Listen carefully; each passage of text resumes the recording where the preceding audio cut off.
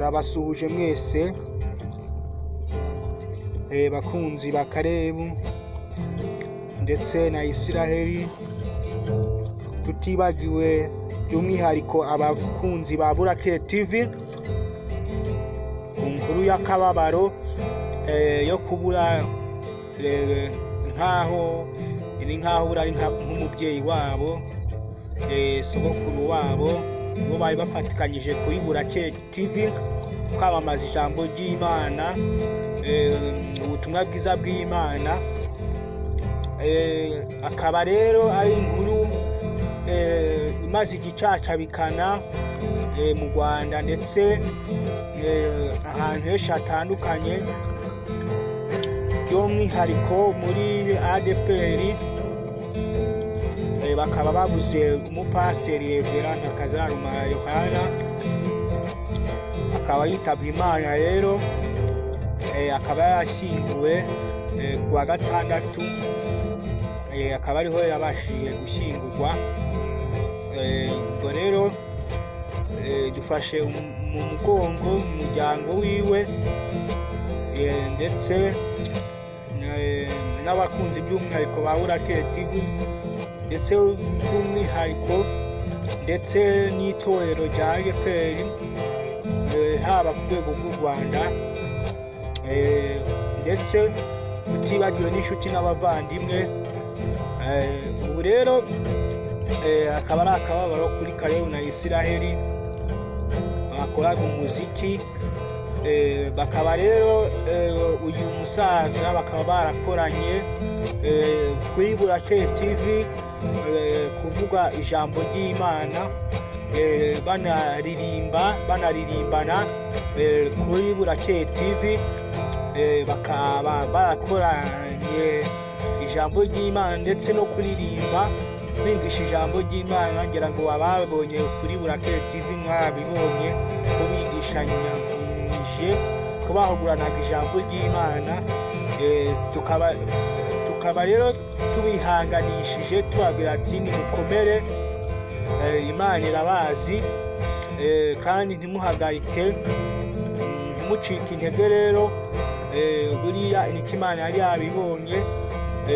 Tubafate mu migongo rero, mukomeze kwihangana kandi mukomeze gukora, ntimucike intege.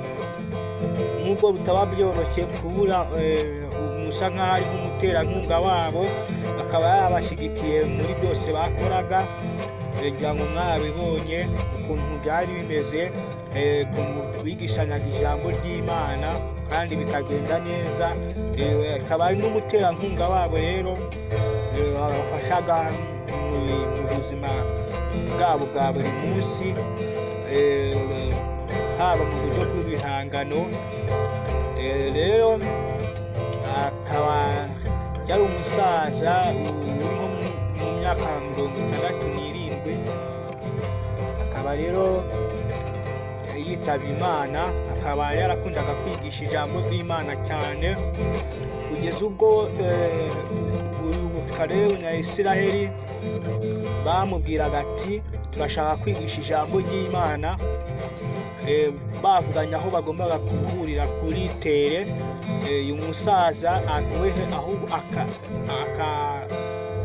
bagasanga yagezeyo ahantu bagombaga guhurira. Urumva rero yakunze ijambo ry'Imana cyane, yakundaga ijambo ry'Imana cyane. Urumva ko rero yahitaga we agenda bakamusangayo. Yari umuntu rero wakundaga gukorera Imana, adaharanira inyungu ziwe. Yakoreraga Imana gusa adaharanira inyungu. Iyo yabonaga ahantu agomba kwigisha, yaragendaga atitaye ku nyungu, ndetse agakoresha n'umutungo we kugira ngo ijambo ry'Imana rigere kure. Yagenze imisozi myinshi itandukanye, yagiye imisozi myinshi, ngira ngo murabizi cyangwa se mwaranabibonye. Yagiye imisozi myinshi ajya kwigisha ijambo ry'Imana, ajya kuvuga ubutumwa bwiza bw'Imana mu kwigisha ijambo ry'Imana. Ngira ngo rero akaba abashije kugenda. Iyi ni inkuru y'akababaro rero ibasize mu marira menshi, ndetse natwe bakunzi ba Burakeye TV, iki ni igikomere tutazigera twibagirwa, ntabwo tuzigera tumwibagirwa ibihe byiza twagiranye nawe, nta marira menshi n'agahinda, ntabwo tuzigera twibagirwa ibihe byiza twagiranye nawe, nta marira menshi n'agahinda. Rero kugira ngo mwabibonye ukuntu kuri Burakeye TV ndetse no kuri Zaburi Nshya ukuntu uyu musaza yagaragaye, ubutumwa bwiza yagiye atanga, ndetse no ku macano n'andi macano nibagiwe ntababwiye, aho ushoboye gusangaho ijambo ry'iwe ry'Imana, no kuri Burakeye TV aho ushoboye gusangaho ijambo ry'Imana, ndetse kuri channel ya Israel ndetse na Caleb Music aho ushoboye gusangaho ijambo ry'Imana rya Nkakazarumara Yohana, aho niho ushoboye gusanga ubutumwa bwiza bw'Imana.